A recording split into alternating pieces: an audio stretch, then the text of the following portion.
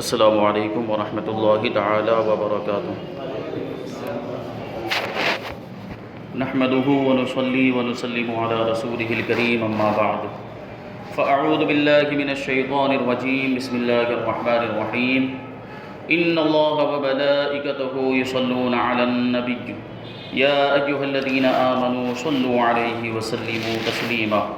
اللهم صل علی سیدنا ومولانا محمد معدن الجود والکرم وآلہ الکرام وابنہ الکریم وبارک وسلم صلاۃ وسلام علیک یا رسول اللہ صلی اللہ تعالی علیہ وسلم۔ عزیزان ملت اسلامیہ، اس سے پہلے آپ نے جنگ فجار کے بارے میں سماعت کیا کہ جو کئی سالوں سے جنگ چلی آ رہی تھی اس کو کس طریقے سے یہ بند کیا گیا اور اس کا خاتمہ کیسے ہوا۔ پھر جو معاہدہ ہوا، ایگریمنٹ ہوا جنگ کو بند کرنے کا، جس کو حلف الفضول کا نام دیا گیا، اس کا بھی ذکر ہوا، اور حضرت خدیجہ رضی اللہ تعالی عنہا سے جو حضور صلی اللہ علیہ وسلم کا نکاح ہوا اس کا بھی یہاں ہم نے بیان سنا۔ آپ کی راست بازی یعنی سچائی اور صداقت، امانت و دیانت داری کی بدولت خداوند عالم نے آپ کو اس قدر مقبول خلائق بنا دیا، یعنی تمام لوگوں کے درمیان آپ بہت زیادہ مقبول ہو گئے، اور عقل سلیم اور بے مثال دانائی کا ایسا عظیم جوہر عطا فرمایا کہ کم عمری ہی میں آپ نے عرب کے بڑے بڑے سرداروں کے جھگڑوں کا ایسا لاجواب فیصلہ فرما دیا کہ بڑے بڑے دانشوروں اور سرداروں نے اس فیصلے کی عظمت کے آگے سر جھکا دیا، جو اس سے پہلے آپ بیان سنیں۔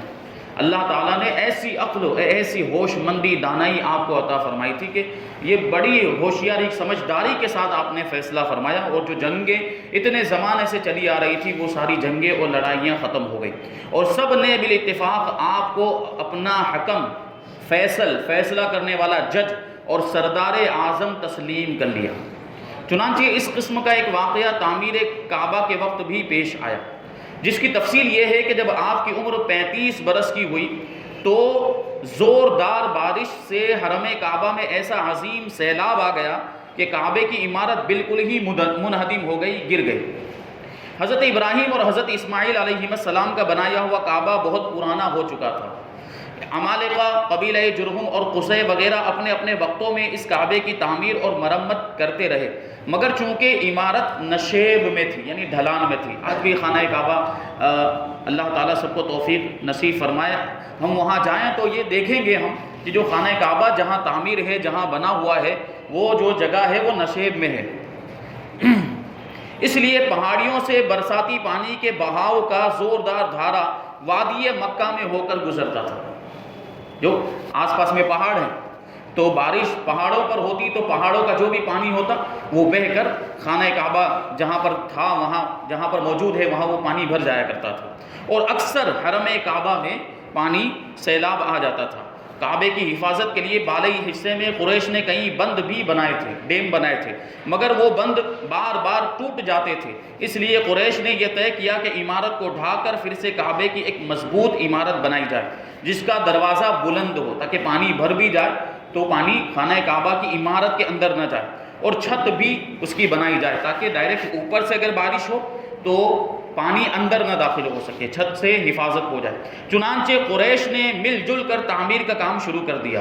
اس تعمیر میں حضور صلی اللہ علیہ وسلم بھی شریک ہوئے۔ یہاں پر ایک بات بتا دوں کہ قریش نے اپنے جو عرب کے جتنے قبائل تھے، بڑے بڑے خاندان، سب کے درمیان باقاعدہ خانہ کعبہ کی تعمیر کے لیے چندہ کیا تھا۔ لوگوں نے سونا، چاندی، درہم و دینار جو کچھ بھی تھا وہ سب پیش کیا تھا اس میں، اور سرداران قریش کے دوش وہ حضور صلی اللہ علیہ وسلم بھی شریک ہوئے خانہ کعبہ کی تعمیر میں، اور جو قریش کے سردار سے سب کے دوش بدوش پتھر اٹھا کر لاتے رہے۔ مختلف قبیلوں نے تعمیر کے لیے مختلف حصے آپس میں تقسیم کر لیے کہ اس طرف کا جو حصہ ہے وہ ہم بنائیں گے اور ادھر کا جو حصہ ہے ہم بنائیں گے، اس طریقے سے تقسیم ہو گئے۔ جب عمارت حجر اسود تک پہنچ گئی، جہاں پر آج حجر اسود نصب کیا ہے، جنہوں نے دیکھا ہے ان کو اندازہ ہوگا کہاں پر ہے وہ حجر اسود، تو قبائل میں سخت جھگڑا کھڑا ہو گیا۔ ہر قبیلہ یہی چاہتا تھا کہ ہم ہی حجر اسود کو اٹھا کر دیوار میں نصب کریں گے، کیونکہ خانہ کعبہ کی تعمیر کی وجہ سے حجر اسود نکال کر ایک طرف رکھ دیا گیا تھا۔ اب جب حجر اسود کو نصب کرنے اور اس کو لگانے کا وقت قریب آیا اور عمارت وہاں تک تعمیر ہو چکی، اتنی جو ہے دیوار بلند ہو چکی، تو اب ہر قبیلے کے لوگ کہنے لگے کہ ہم حجر اسود کو لگائیں گے تاکہ ہمارے قبیلے کے لیے یہ فخر و اعزاز کا باعث بن جائے، کہ وہ یہ سمجھتے تھے کہ اگر ہم لگائیں گے تو پھر ہمارے لیے یہ فخر کی بات ہوگی کہ ہمارے قبیلے کے لوگوں نے حجر اسود کو لگایا۔ اسی کشمکش میں 4 دن گزر گئے، یہاں تک کہ نوبت پہنچی کہ تلواریں نکل آئیں، آپس میں جھگڑے شروع ہو گئے، اور بنو عبد الدار اور بنو عدی کے قبیلے نے تو اس پر جان کی بازی لگا دی، اور زمانہ جاہلیت کے دستور کے مطابق اپنی قسموں کو مضبوط کرنے کے لیے ایک پیالے میں خون بھر کر اپنی انگلیاں اس میں ڈبو کر چاٹ لی، اور 5ویں دن حرم کعبہ میں تمام قبائل عرب جمع ہو گئے، اور اس جھگڑے کو طے کرنے کے لیے ایک بڑے بوڑھے شخص نے یہ تجویز پیش کی کہ کل جو شخص صبح سویرے سب سے پہلے حرم کعبہ میں داخل ہو اس کو پنچ مان لیا جائے، اور وہ جو فیصلہ کر دے سب اسی کو مان لیں، سب اسی کو تسلیم کر لیں۔ چنانچہ سب نے یہ بات مان لی کہ کل صبح سویرے جو سب سے پہلے حرم کعبہ میں آئے گا وہی ہمارا جج ہوگا، وہی ہمارا فیصل ہوگا۔ اور خدا کی شان دیکھیں کہ صبح جو شخص حرم کعبہ میں سب سے پہلے داخل ہوا وہ حضور رحمت عالم صلی اللہ علیہ وسلم ہی تھا۔ اللہ نے یہ فضیلت بھی آپ کو عطا فرمائے۔ آپ کو دیکھتے ہی سب پکار اٹھے کہ واللہ یہ تو امین ہے، یہ امانت دار ہیں، آپ کی سچائی، امانت داری، دیانت داری کی وجہ سے آپ کو لوگ جو ہے اعلان نبوت سے پہلے بھی امین کہا کرتے تھے، یعنی امانت دار کہا کرتے تھے، لہٰذا ہم سب ان کے فیصلے پر راضی ہیں، جو بھی فیصلہ کریں گے ہم اس کو مان لیں گے۔ آپ نے اس جھگڑے کا اس طرح تصفیہ فرمایا، دیکھیں اللہ تعالیٰ نے کیسی ہوش مندی اور کیسی دانائی عطا فرمائی تھی، اس جھگڑے کا اس طرح فیصلہ فرمایا کہ پہلے آپ نے یہ حکم دیا کہ جس قبیلے کے لوگ حجر اسود کو اس کے مقام پر رکھنے کے مدعی ہیں، دعوے دار ہیں، ان کا ایک ایک سردار چن لیا جائے، یعنی ہر قبیلے کا ایک ایک آدمی جو سردار مانا جاتا ہو اس کو چن لیا جائے۔ چنانچہ ہر قبیلے والوں نے اپنا اپنا سردار چن لیا۔ پھر حضور صلی اللہ علیہ وسلم نے اپنی چادر مبارک کو بچھا کر حجر اسود اس پر رکھ دیا، اور سرداروں کو حکم دیا کہ سب لوگ اس چادر کو تھام کر مقدس پتھر کو اٹھائیں۔ چنانچہ سب سرداروں نے چادر کو اٹھایا، یعنی ایک ایک کنارے سے ایک ایک سردار نے وہ چادر کا کنارہ پکڑ کے چادر کو اٹھایا، اور جب حجر اسود اپنے مقام تک پہنچ گیا، اتنا بلند وہ چادر اتنی اونچائی پر آ گئی، تو حضور صلی اللہ علیہ وسلم نے اپنے متبرک ہاتھوں سے اس مقدس پتھر کو اٹھا کر اس کی جگہ پر رکھ دیا۔ اس طریقے سے یہ ایسی خون ریز لڑائی ٹل گئی جس کے نتیجے میں نہ معلوم کتنا خون خرابہ ہو جاتا۔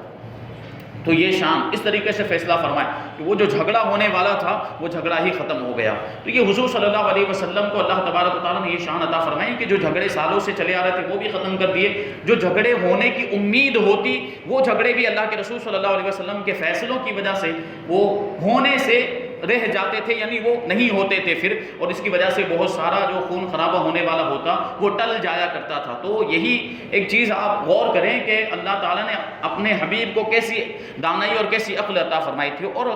ہر چیز کے اندر مختلف پہلو ہوتے ہیں۔ اگر اس زمانے میں بھی ہمارے آپس میں کوئی اختلاف ہو جائے، کوئی جھگڑا ہو جائے، تو اس کا یہ مطلب نہیں ہوتا ہے کہ گالی گلوچ کی جائے، مار پیٹ کی جائے، اس کے مختلف پہلو ہوتے ہیں، ہر پہلو پر غور و فکر کیا جائے، کوئی ایسی راہ نکالی جائے کہ لڑائی جھگڑا بالکل ختم ہو جائے۔ جس طریقے سے اللہ کے رسول نے اتنا پیارا فیصلہ فرمایا، وہ چادر مبارک رکھ دی اور پھر سب نے اٹھا لیا، تو کسی کا دل بھی نہیں ٹوٹا، اور سب کو یہ جو ہے کہ احساس ہو گیا کہ اب سب یہ شرف میں اس فضیلت میں سب برابر ہیں، کیونکہ سبھی نے اٹھا لیا، سب قبیلے کے لوگوں نے اٹھایا۔ خانہ کعبہ کی عمارت بن گئی، لیکن تعمیر کے لیے جو سامان جمع کیا گیا تھا، جو چندہ کیا گیا تھا، وہ کم پڑ گیا، اس لیے ایک طرف کا کچھ حصہ باہر چھوڑ کر نئی بنیاد قائم کر کے چھوٹا سا کعبہ بنا لیا گیا، اور کعبہ معظمہ کا یہی حصہ جس کو قریش نے عمارت سے باہر چھوڑ دیا تھا حتیم کہلاتا ہے، جس میں کعبہ معظمہ کی چھت کا پرنالہ گرتا ہے۔ جن لوگوں نے دیکھا ہے تو خانہ کعبہ کی ایک جانب ایسی گول دیوار بنی ہوئی ہے، اس کو حتیم کہا جاتا ہے۔ حضرت ابراہیم علیہ السلام کی تعمیر میں یہ جو حصہ ہے، یہ جو گول دائرہ ہے، یہ خانہ کعبہ کے اندر شامل تھا، لیکن قریش کے لوگوں نے جب خانہ کعبہ کو تعمیر کیا تو چندہ کم ہونے کی وجہ سے خرچہ ان کے پاس اتنا نہیں تھا کہ وہ اس کو اور زیادہ بڑھاتے، اس لیے انہوں نے اتنا جو ہے حصہ باہر چھوڑ دیا حتیم کا، اور وہاں نشانی لگا دی کہ یہ حصہ جو ہے یہ حتیم کا حصہ، یہ پہلے خانہ کعبہ میں ہوا کرتا تھا لیکن اس کو باہر چھوڑ دیا ہے۔ یہی وجہ ہے، فرماتے ہیں علماء کرام کہ جو شخص حتیم کے اندر نماز پڑھ لے، گول دیوار کے اندر نماز پڑھ لے، اسے خانہ کعبہ میں نماز پڑھنے کا ثواب ملتا ہے، کیونکہ خانہ کعبہ کا ہی وہ حصہ ہے۔ حضرت علامہ جلال الدین سیوطی رحمۃ اللہ تعالی علیہ نے تاریخ مکہ میں تحریر فرمایا ہے کہ خانہ کعبہ 10 مرتبہ تعمیر کیا گیا۔ سب سے پہلے فرشتوں نے ٹھیک بیت المعمور کے سامنے زمین پر خانہ کعبہ تعمیر کیا۔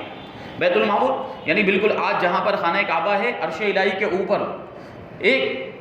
جو ہے کہ بیت بنا ہوا ہے، بیت المعمور جسے کہا جاتا ہے۔ جس طریقے سے ہم خانہ کعبہ کا طواف کرتے ہیں، فرشتے بیت المعمور کا طواف کیا کرتے ہیں، تو بالکل فرشتوں نے اس کے نیچے زمین پر خانہ کعبہ تعمیر کیا۔ یہ سب سے پہلی تعمیر تھی۔ پھر حضرت آدم علیہ السلام نے اس کی تعمیر فرمائی۔ اس کے بعد حضرت آدم علیہ السلام کے فرزندوں نے اس کی عمارت کو بنایا۔ اس کے بعد حضرت ابراہیم خلیل اللہ اور ان کے فرزند ارجمند حضرت اسماعیل علیہ السلام نے اس مقدس گھر کو تعمیر کیا، جس کا تذکرہ قرآن مجید کے اندر بھی موجود ہے۔ وَإِذْ يَرْفَعُ إِبْرَاهِيمُ الْقَوَاعِدَ مِنَ الْبَيْتِ وَإِسْمَاعِيلُ، اور یاد کرو اے محبوب جب ابراہیم